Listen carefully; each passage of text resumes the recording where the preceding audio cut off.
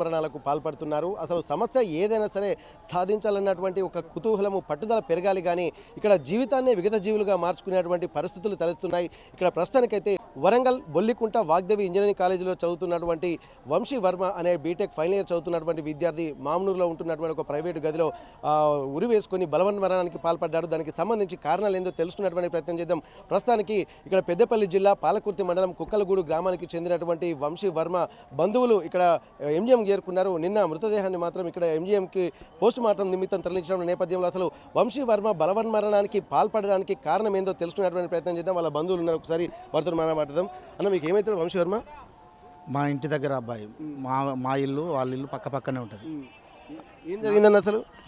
అసలు మాకు మొన్న అక్కడికి వచ్చిండు, 2 రోజుల కింద అక్కడికి వచ్చి నేను మళ్ళీ కాలేజ్ నుంచి నాకు ఫోన్ వచ్చింది, నాకు అది ఉన్నది నేను వెళ్ళాలని అమ్మ నాన్నతో చెప్పి ఆ రోజు మధ్యాహ్నం ఇంటికాడ అన్నం